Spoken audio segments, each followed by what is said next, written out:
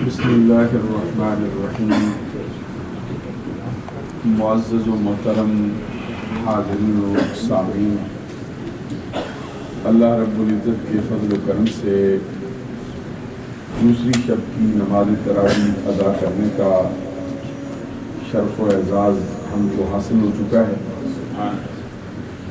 آج نماز تراویح میں قرآن مجید کا جو حصہ تلاوت کیا گیا ہے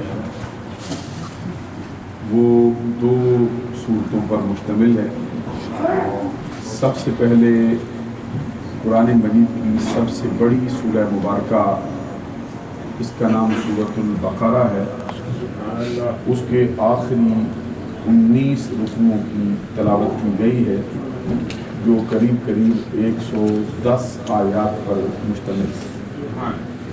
اس کے بعد پھر سورہ آل عمران کے 2 رکوعوں کی تلاوت کی گئی ہے جو 20 آیات پر مشتمل ہے، اور ان دونوں صورتوں میں بڑے خوبصورت تذکرے اور بڑے اہم احکامات، اوامر اور نواہی اور احکامات اور قصاص اور حدود کے مسائل، اور پھر اللہ تبارک و تعالیٰ کے راستے میں خرچ کرنے کے مسائل اور اس کی جزا، اور سود سے جس سختی کے ساتھ منع کیا گیا ہے اس کا تذکرہ بڑی تفصیل کے ساتھ بیان ہوا ہے۔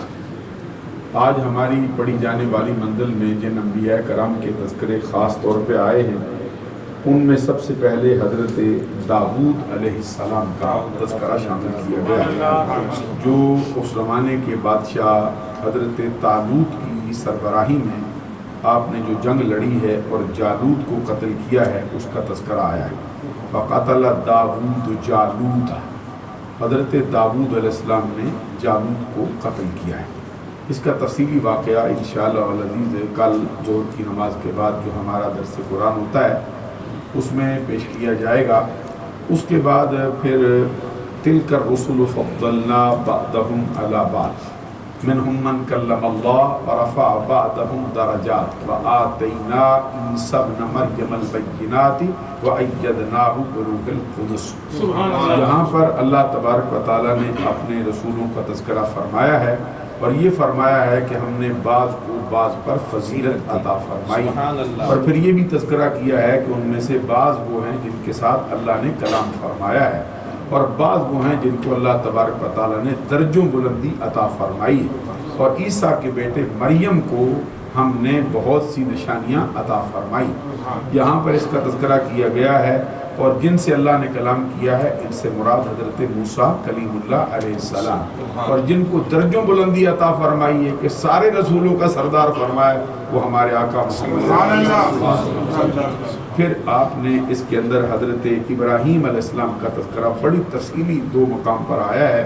ایک تو ان کا جو مناظرہ ہوا ہے اس وقت کے بادشاہ نمرود کے ساتھ، اور اس کے بعد پھر اللہ تبارک و تعالیٰ کی بارگاہ میں ان کا جو عرض کرنا ہے کہ مولا مجھے دکھا تو مردوں کو کیسے زندہ کرتا ہے۔ پھر اس کے اندر یہ تذکرہ حضرت عزیر علیہ السلام کا شامل کیا گیا ہے، جن کو اللہ تبارک و تعالیٰ نے 100 سال تک موت عطا فرمائی تھی، اور اس کے بعد پھر ان کو زندہ فرمایا۔ اس کے بعد پھر جو ہے وہ یہ انبیاء کرام کے تذکرے آئے ہیں تفصیل کے ساتھ، اور اس میں پڑھی جانے والی منزل کے اندر حج کے مہینوں کا تذکرہ بڑی تفصیل کے ساتھ آیا ہے، اور پھر قصاص کا تذکرہ بڑی تفصیل کے ساتھ آیا ہے، اور پھر جو ہے وہ پہلی رات کا چاند دیکھنے کا تذکرہ آیا ہے کہ چاند جو ہے یہ چھوٹا بڑا کیوں ہوتا ہے، اس کا تفصیل تذکرہ آیا ہے، اور پھر جو ہے یہ طلاق کے احکامات کے ساتھ ساتھ پھر طلاق 3 قسموں کی طلاق جو ہے اس کا تذکرہ کیا گیا ہے۔ پھر طلاق کے بعد جو عدت ہوتی ہے اس کا تذکرہ کیا گیا ہے، والمطلقات یتربصن بانفسہن ثلاثۃ قروء، طلاق والی عورتیں جو ہیں وہ انتظار کریں 3 قروء۔ قروء ایک ایسا لفظ ہے جو عربی زبان کے اندر 2 مخالف سمت کے معنوں کو گھیرتا ہے۔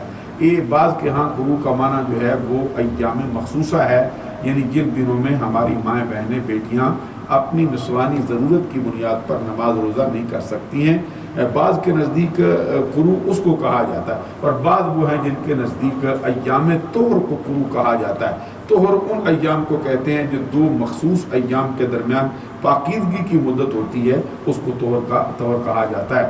حنفیوں کے ہاں یہ قروء حیض کو کہتے ہیں، اور شافیوں کے ہاں جو ہے قروء جو ہے وہ طہر کو کہا جاتا ہے۔ اس پر جو وارد ہونے والے اعتراضات ہیں انشاءاللہ کل اس کا تذکرہ بھی آپ کی خدمت عالیہ میں پیش کیا جائے۔ پھر جو ہے مرنے والی عورت کا جو جس کا خامد انتقال کر جاتا ہے اس کی عدت کتنی، اس کا تذکرہ کیا گیا۔ دو مقام پر الفاظ آئے ہیں، والذین یتوفون منکم ویذرون ازواجا یتربصن بانفسہن اربعۃ اشہر وعشرہ، وہ لوگ جو فوت ہو جاتے ہیں اپنے پیچھے بیویاں چھوڑتے ہیں، اور ان کی بیویوں کے لیے ضروری ہے کہ وہ انتظار کریں 4 ماہ 10 دن۔ اور ساتھ ہی پھر اس کے بعد تذکرہ آیا ہے والذین یتوفون منکم ویذرون ازواجا وصیۃ لازواجہم متاعا الی الحول، اور وہ لوگ جو فوت ہو جاتے ہیں اپنے پیچھے بیویاں چھوڑ جاتے ہیں، ان کے لیے ضروری ہے کہ وہ مرنے سے پہلے اپنی بیویوں کے لیے وصیت کر جائیں کہ وہ انتظار کریں 1 سال۔ اب 1 سال کی مدت جو ہے اس کا تذکرہ پہلے یعنی ترتیب کے اعتبار سے اگرچہ بعد میں آیا ہے، لیکن وہ آیت کریمہ نزول کے اعتبار سے پہلے ہے، اور یہ 4 ماہ 10 دن والی آیت کریمہ جو ہے یہ نزول کے اعتبار سے بعد میں ہے۔ پہلی آیت کریمہ کا حکم اب منسوخ ہو چکا ہے، اور یہ 4 ماہ 10 دن کا تذکرہ جو ہے یہ موجود ہے۔ اس طرح اور بھی تذکرے آئے ہیں، اور 3 خاص طور پر دعاؤں کا تذکرہ کیا گیا ہے جو آپ نے ملاحظہ فرمایا۔ سب سے پہلے یہ دوسرے پارے کے تھوڑا سا ہم نے پڑھا تو نام رکوع سے پہلے نام رکوع کے اندر ہی وہ آیت کریمہ آئی ہے وَمِنْهُمْ مَنْ يَقُولُ رَبَّنَا آتِنَا فِي الدُّنْيَا حَسَنَةً وَفِي الْآخِرَةِ حَسَنَةً وَقِنَا عَذَابَ النَّارِ۔ سبحان اللہ فرمایا، یہ وہ دعا ہے جن کو نبی اکرم صلی اللہ علیہ وسلم نے انتہائی زیادہ پسند فرمایا ہے کہ اللہ تبارک و تعالی ہمیں دنیا کی بلائی عطا فرما، ہم کو آخرت کی بلائی عطا فرما، اور ہمیں دوزخ کے عذاب سے محفوظ فرما۔ پھر آپ نے دیکھا کہ آخر سورہ بقرہ میں جا کر ایک بڑی مشہور دعا آئی ہے ربنا لا تؤاخذنا ان نسینا او اخطأنا، اے ہمارے پروردگار، اے ہمارے رب، ہم سے ان چیزوں کا مواخذہ نہ فرما جو ہم سے بھول چوک کر ہو جاتی ہیں، جو ہم سے خطاً سرزد ہو گئی ہیں۔ اور یہ ایسی دعا ہے جس کی بہت سی تفصیل آئی۔ اس کے بعد پھر جیسے آل عمران شروع ہوئی ہے اس کے اندر بھی ایک بڑی مارکۃ الارا دعا کا تذکرہ کیا گیا ہے، جس میں فرمایا کہ ربنا لا تزغ قلوبنا بعد اذ ہدیتنا وہب لنا من لدنک رحمۃ انک انت الوہاب۔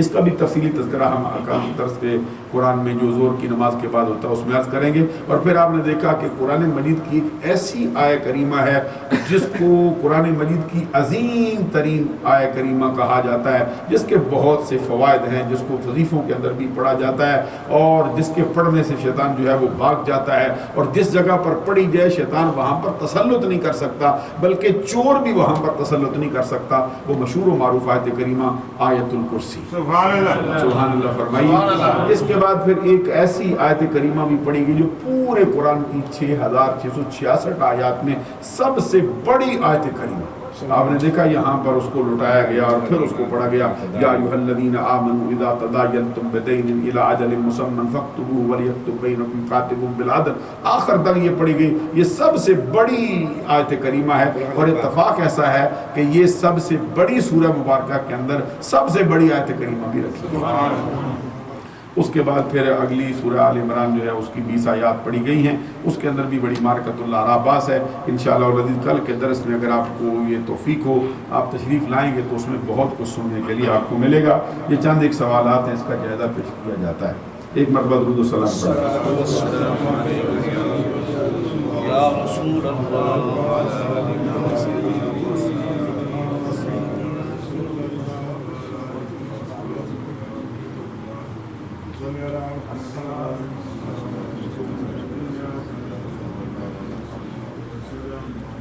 ماشاءاللہ یہ ہمارے ساتھیوں نے پہلے کی طرح بڑے خاص سوال فرمائے ہیں۔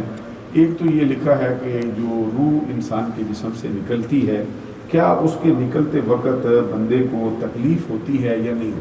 بعض یہ مقام پر دیکھنے میں آتا ہے، کتابوں میں بھی لکھا ہے کہ بہت تکلیف ہوتی ہے، بعض مقام پر یہ بیان ہوا ہے کہ بڑی آسانی سے وہ نکل جاتی ہے، بعض ایسے بندے ہیں جو سوتے ہیں پر اٹھتے ہی نہیں۔ تو یہ کہتے ہیں کہ اس کے بارے میں صحیح نظریہ کیا ہے؟ اچھا، اس کے بارے میں مختلف قسم کی آراء پائی جاتی ہیں. بعض کا یہ خیال ہے کہ جو بندہ گناہ گار زیادہ ہو اس کی روح جو ہے وہ بہت تکلیف سے نکلتی ہے، اور بعض کا اس کے مخالف خیال ہے، وہ کہتے ہیں کہ جو بندہ بہت نیکوکار ہو اس کی روح جو ہے وہ زیادہ تکلیف سے نکلتی ہے. وجہ اس کی کیا ہوتی ہے کہ وہ بندہ نور سے بھرا ہوا ہوتا ہے، دن رات وہ اللہ کا ذکر کرتا رہتا ہے، عبادت میں مصروف رہتا ہے، اس کا باطن اس کا ظاہر جو ہے وہ سارے کا سارا پاک صاف ہوتا ہے، اور روح بھی ایک پاکیزہ چیز ہے، تو وہ اس کے اندر دل لگا بیٹھتی ہے. یا فرشتہ اس کو نکالنا چاہتا ہے تو وہ ذرا تھوڑا مشکل سے نکلتی ہے، وہ چاہتی ہے کہ میں اسی جسم کے اندر رہوں. سبحان اللہ فرمائی. یہ بھی ایک قاعدہ جو ہے باقاعدہ طور پر پایا جاتا ہے. اور بعض کے ہاں یہ ہے کہ جو گناہ گار بندہ ہو اس کو تکلیف زیادہ ہوتی. اور بعض روایات میں یہ بھی آیا ہے کہ نبی اکرم صلی اللہ علیہ وسلم نے اسرائیل علیہ السلام سے پوچھا تھا کہ بتاؤ مجھے کیسی تکلیف دو گے، تو کہتے ہیں انہوں نے عرض کیا بارگاہ رسالت میں سرکار آپ کو اس طرح جیسے مکھن میں سے بال نکال کے باہر رکھ دیا جائے، ایسے آپ کے ساتھ سلوک کیا جائے گا. فرمایا میری امت کے ساتھ کیسا سلوک کرو گے؟ تو اسرائیل علیہ السلام نے عرض کیا کہ آپ کی امت کے ساتھ جس طرح کے ان کے اعمال ہوں گے سلوک کروں گا. فرمایا جس کو سب سے سخت دے گا اس کا کیا طریقہ ہے؟ فرمایا جس طرح ایک ململ کا باریک ترین کپڑا ہو، اس کو اگر کسی کانٹے دار جھاڑی کے اوپر پھینک دیا جائے اور اوپر سے پانی کا چھڑکاؤ کر دیا جائے، جس طرح کے اس کے کانٹے جو ہیں اس کے تار تار کے اندر بھر جائیں اور پھر اس کو ایک کونے سے پکڑ کے کھینچ دیا جائے، جس طرح اس ململ کے کپڑے کے جو تار و پود ہیں وہ کانٹوں کے اندر جو ہیں مضبوطی سے پھنس جانے کی وجہ سے الگ الگ ہو جاتے ہیں، تار و پود بکھر جاتا ہے، بالکل اس طرح کا حال ہوتا ہے. تو نبی اکرم صلی اللہ علیہ وسلم نے فرمایا جتنی تکلیف تو میری امت کو دینا چاہتا ہے وہ ساری جمع کر کے مجھے ہی دے دے. تو یہ اللہ تبارک و تعالیٰ کو اصل حال معلوم ہے کہ کس طرح کا حال ہے، لیکن صحیح نظریہ جس کو علماء نے پسند کیا ہے وہ یہ ہے کہ نیکوکار بندے کی روح جو ہے وہ ذرا تھوڑا تکلیف سے نکلتی ہے.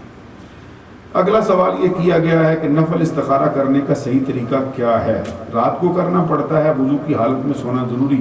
اچھا، یہ مسئلہ ہے کہ بعض جو حدیث کی کتابیں اس کے اندر نبی اکرم صلی اللہ علیہ وسلم نے استخارے کی خود تعلیم فرمائی ہے، اس کے لیے 2 رکعت نماز کا حکم دیا، اس کے لیے باقاعدہ دعا بھی فرمائی ہے کہ اللہ تبارک و تعالیٰ کی بارگاہ میں عرض کرو کہ مولا تو میرے معاملے کو جانتا ہے، میں جانتا نہیں ہوں، تجھے آنے والے حالات کی خبر ہے، مجھے اس کی خبر نہیں ہے، میں تیری بارگاہ میں عرض کرتا ہوں کہ مجھے اس سے آگاہ فرمایا جائے. پھر یہ ہے کہ بندہ جو ہے وہ پاکیزگی کی حالت میں سوتا ہے اور رات کو سونے کی حالت میں اس کو کوئی اشارہ ہو جاتا ہے، کبھی اس کو جو ہے وہ اچھی چیزیں دکھائی دینے لگ جاتی ہیں، تو اس کا مطلب یہ ہوتا ہے کہ وہ کرے اس کام کو. اگر اس کو کوئی ڈراؤنی چیزیں دکھائی دیتی ہیں یا ایسے رنگ دکھائی دیتے ہیں جس کو عام حالات کے اندر بھی نفرت سے دیکھا جاتا ہے، تو وہ رنگ دکھائی دیں تو پھر اس کا مطلب یہ ہے کہ وہ کام نہ کرے. تو اچھے رنگ اگر دکھائی دی جائیں تو پھر اس کا مطلب ہے کہ اس کو کام وہ کر لینا چاہیے. اور بعض بزرگان دین کا یہ بھی کہنا ہے کہ دل کے اندر وہ بات خود بخود ہی بیٹھ جاتی ہے.